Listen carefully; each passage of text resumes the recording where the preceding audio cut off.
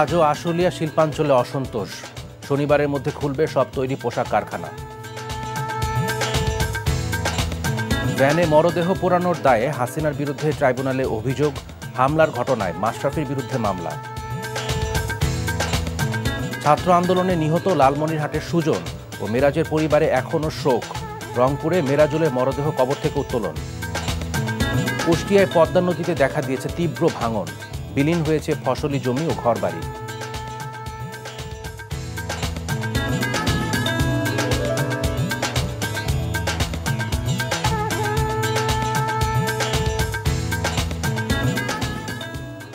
আসসালামু আলাইকুম, নজরুল ইসলাম বাবু স্বাগত জানাচ্ছি এনটিভির দেশের খবরে।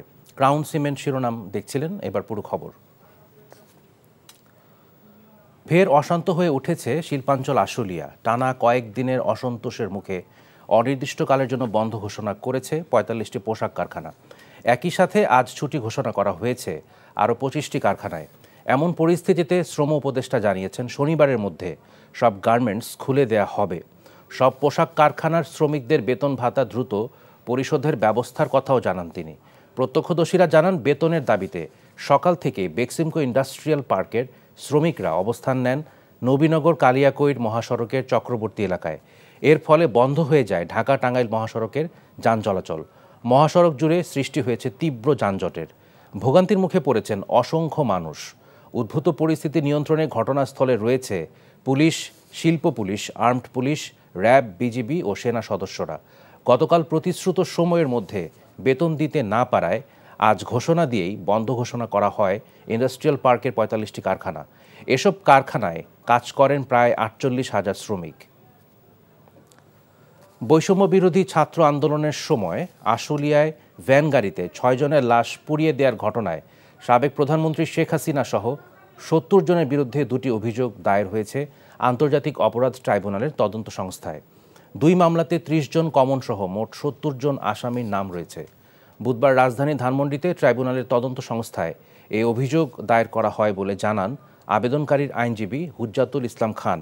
এর আগে ঢাকার আশুলিয়ায় গত ৫ই আগস্ট পুলিশ ভ্যানে ছাত্র জনতার লাশ পোড়ানোর অভিযোগ ওঠে। গুলি করে হত্যার পর ভ্যান গাড়িতে উঠিয়ে লাশ পুড়িয়ে ফেলে বলে অভিযোগ পাওয়া যায়। সেই লাশ নিয়ে যাওয়ার একটি ভিডিও সামাজিক যোগাযোগ মাধ্যমে ছড়িয়ে পড়ে।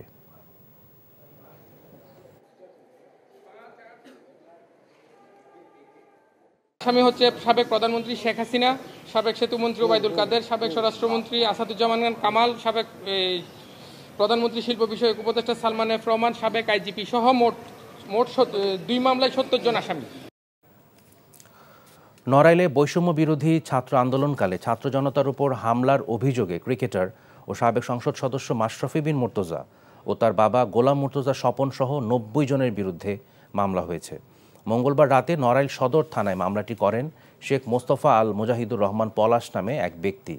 মামলার এজাহারে বলা হয়েছে, কোটা সংস্কার আন্দোলনকালে ছাত্র জনতাকে রুখতে মাশরাফি ও তার বাবার নেতৃত্বে আসামিরা গত ৪ আগস্ট দেশীয় অস্ত্রের পাশাপাশি শর্টগান, বন্দুক, পিস্তল ও বোমা নিয়ে নড়াইল চৌরাস্তায় অবস্থান নেয়। পরে আন্দোলনকারী ছাত্র জনতার উপর অতর্কিত হামলা চালায়। এতে বহু আন্দোলনকারী গুরুতর আহত হন। তাদের অনেকেই পঙ্গুত্ব বরণ করেছেন এবং এখনও চিকিৎসাধীন রয়েছেন। নড়াইল সদর থানার ভারপ্রাপ্ত কর্মকর্তা মামলার বিষয়টি নিশ্চিত করেছেন।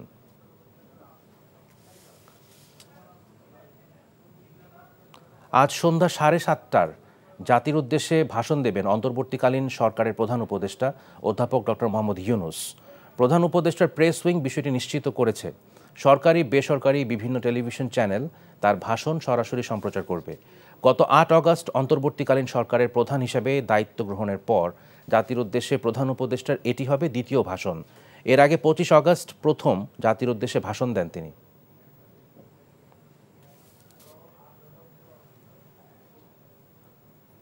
বিএনপির সিনিয়র যুগ্ম মহাসচিব রুহুল কবির রিজভী বলেছেন, দিল্লি এদেশের অপরাধীদের আশ্রয় দেয় কিন্তু সীমান্তে বাংলাদেশের মানুষকে হত্যা করে। তাদের এই প্রবণতা বন্ধ করতে হবে। বিকেলে বৈষম্য বিরোধী আন্দোলনে পুলিশের গুলিতে নিহত সিলেটের সাংবাদিক এটিএম তুরাবের বাড়িতে গিয়ে পরিবারের সদস্যদের সাথে সাক্ষাৎ শেষে কথা বলেন তিনি। রিজভী বলেন, স্বৈরাচার শেখ হাসিনার করা ডিজিটাল নিরাপত্তা আইন বাতিল করতে হবে। একই সাথে বিদ্যুৎ নিয়ে অযৌক্তিক এবং দেশবিরোধী আইন ও চুক্তি বাতিলের দাবি জানান তিনি।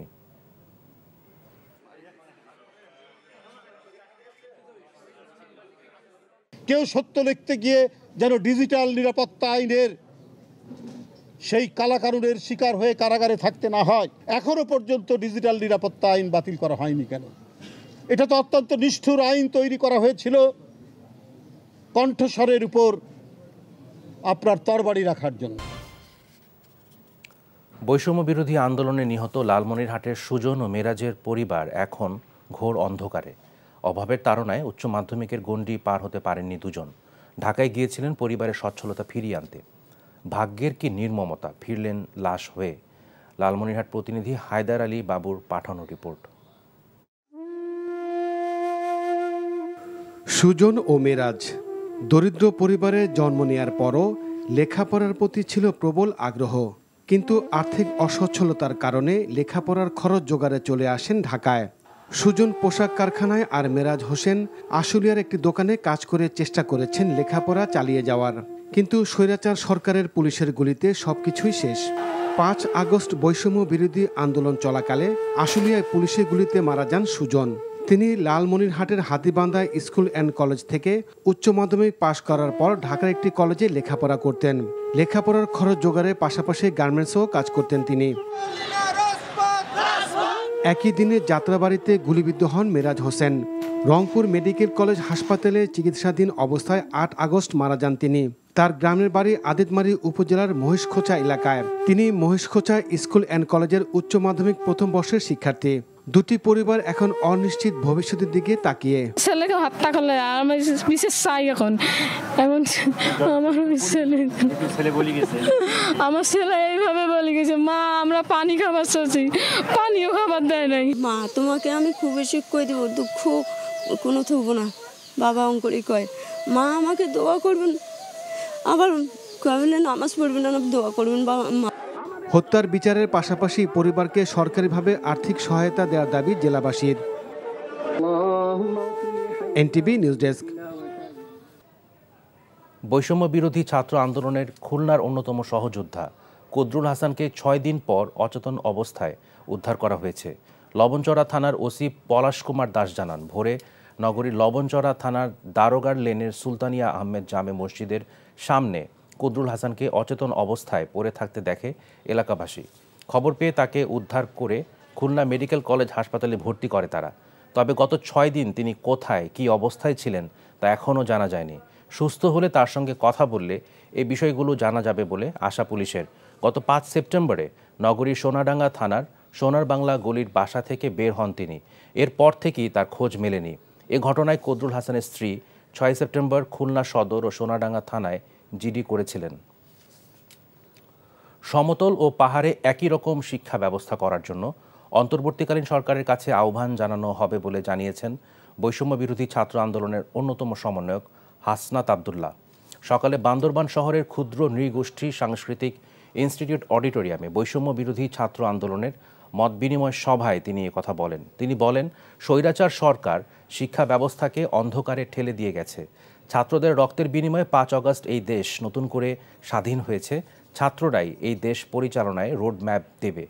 সভায় বৈষম্য বিরোধী ছাত্র আন্দোলনের চট্টগ্রামের সমন্বয়ক খান তালাত মাহমুদ রাফি সহ অন্য সফরসঙ্গী ও বান্দরবানের সাধারণ ছাত্র জনতা উপস্থিত ছিলেন।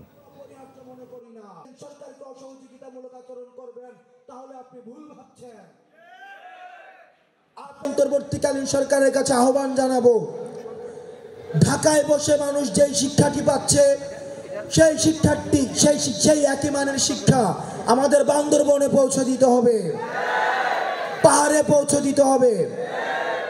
সমতল এবং পাহাড়ে একই ধরনের আমাদের সার্ভিস ওরিয়েন্টেড শিক্ষা নিশ্চিত করতে হবে। ঠাকুরগাঁওয়ের বালিয়াডাঙ্গি উপজেলার ধনাতলা সীমান্তে বিএসএফের গুলিতে নিহত 15 বছর বয়সী স্কুল শিক্ষার্থী জয়ন্ত কুমার সিংয়ের লাশ 2 দিন পর ফেরত দিয়েছে বিএসএফ। গতকাল গভীর রাতে তার মরদেহ বিজিবির কাছে হস্তান্তর করা হয়। পরে বিজিবি জয়ন্তের লাশ তার পরিবারের কাছে তুলে দিলে রাতেই তার সৎকার সম্পন্ন হয়। ঠাকুরগাঁও থেকে লুৎফুর রহমান মিঠুর পাঠানো তথ্য ছবিতে শওকত করিমের ডেস্ক রিপোর্ট।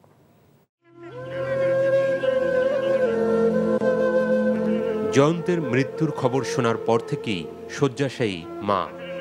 কখনো হুঁশ ফেরে, কখনো ফেরে না। সান্ত্বনার ভাষা নেই প্রতিবেশীদের। সীমান্তে এমন হত্যাকাণ্ডের সুষ্ঠু বিচার চান পরিবারের সদস্য ও এলাকাবাসী। দুধের ছেলে আমাদের, কার দিয়ে বুদ্ধি দিচ্ছে না দিচ্ছে, ছেলেটা চলে গেছে সীমান্তে যায় গুলি খেয়ে মরে গেছে। জানতে যাওয়ার সময় কাকাকে ফায়ার মারছে, কাকা হাসপাতালে, হয়তো মারা গেছে। তো এরকম বিএসএফ যেন না করে, এটা আমরা সুস্থ বিচার চাই আর কি। বিএসএফ যে কাজটা করেছে, এই কাজটা যাতে না হয়, এটা আমার সুস্থ বিচার চাচ্ছি। বিএসএফের গুলিতে নিহতের 48 ঘন্টা পর মঙ্গলবার রাত 1:30টার দিকে ধনতলা বিওপির বিজিবি ও বালিয়াডাঙ্গি থানা পুলিশের সদস্যদের হাতে জয়ন্তের মরদেহ তুলে দেন ভারতের ডিঙ্গাপাড়া ক্যাম্পের বিএসএফ ও ইসলামপুর থানা পুলিশের সদস্যরা। পরে জয়ন্তের পরিবারের কাছে লাশ হস্তান্তর করা হয়। ধনতলার যে বিজিবি পোস্ট আছে, তারা পাশেই এক জায়গায় তারা একত্রিত হয়ে সেখানে লাশ হস্তান্তর করে। পুলিশের পক্ষ থেকে বালিয়াডাঙ্গি থানা ইন্সপেক্টর তদন্ত জনাব দিবাকর অধিকারী তিনি লাশ গ্রহণ করে মৃতের নিকটাত্মীয়ের নিকট বুঝা দেন। স্থানীয় লাহিড়ী উচ্চ বিদ্যালয়ের 7ম শ্রেণীর ছাত্র ছিল জয়ন্ত। রাতেই তার সৎকার সম্পন্ন হয়। একমাত্র ছেলেকে হারিয়ে দিশেহারা পরিবারটি। এর আগে সোমবার ভোরে ঠাকুরগাঁয়ের বালিয়াডাঙ্গি উপজেলার ধনতলা সীমান্তে বিএসএফের গুলিতে নিহত হন জয়ন্ত কুমার সিং।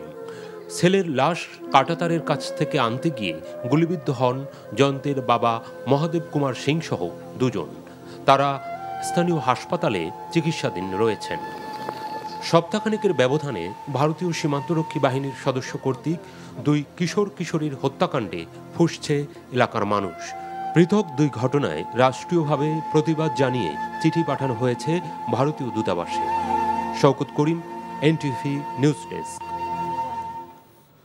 কুষ্টিয়ায় পদ্মায় পানি বাড়ার সাথে সাথে দেখা দিয়েছে তীব্র ভাঙন। ইতিমধ্যে নদীগর্ভে বিলীন হয়ে গেছে তীরবর্তী কয়েকশো বিঘা ফসলি জমি।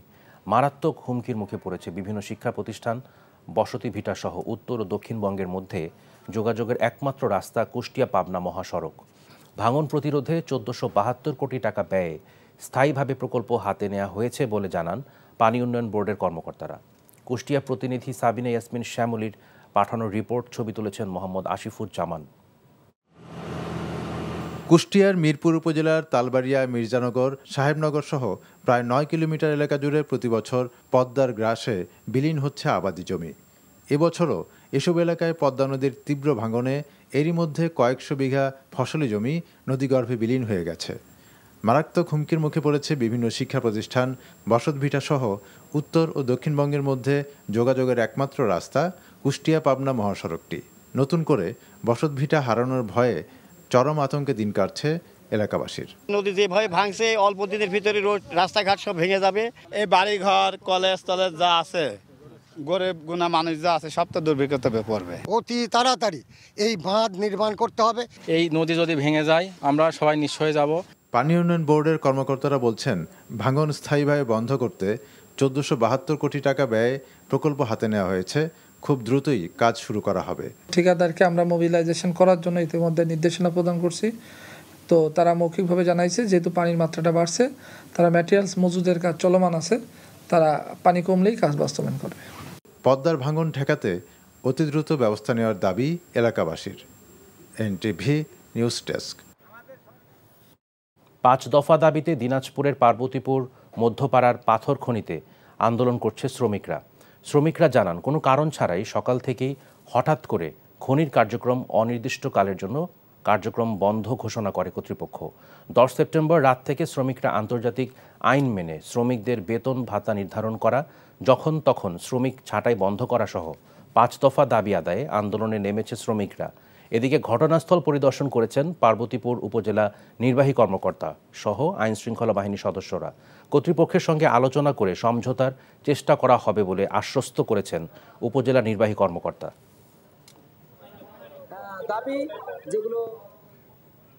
নাটোর ও নড়াইলে সড়ক দুর্ঘটনায় 5 জন নিহত হয়েছে। নাটোর সদর উপজেলায় সড়ক দুর্ঘটনায় কলেজ অধ্যক্ষ সহ 2 জন নিহত হয়েছে। স্থানীয়রা জানায়, মঙ্গলবার সন্ধ্যায় সদর উপজেলার ডাল সড়ক এলাকায় ফিডার রোড থেকে একটি মোটরসাইকেল নাটোর বগুড়া মহাসড়কে ওঠার সময় পেছন থেকে দ্রুতগামী অপর একটি মোটরসাইকেল ধাক্কা দেয়। এতে উভয় মোটরসাইকেলে থাকা ৩ জন রাস্তায় ছিটকে পড়ে বাগাতিপাড়া টেকনিক্যাল কলেজের অধ্যক্ষ আনোয়ার হোসেন সহ 2 জন নিহত হয়। এদিকে নড়াইলের লোহাগড়া উপজেলায় ট্রাকের ধাক্কায় 3 জন নিহত হয়েছেন। মঙ্গলবার গভীর রাতে পৌরসভার আশ্রয়ণ প্রকল্পের সামনে এ দুর্ঘটনা ঘটে। খবর শেষ করছি, যাবার আগে ক্রাউন সিমেন্ট শিরোনামগুলো আরেকবার।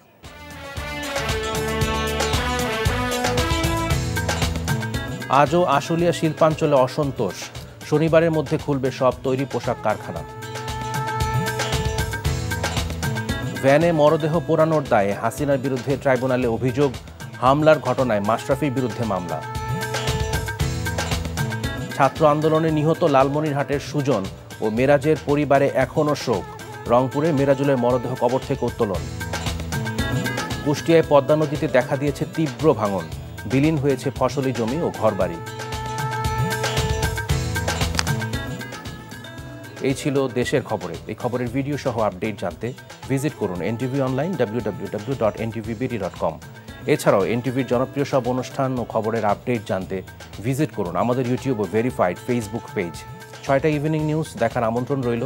ধন্যবাদ সবাইকে।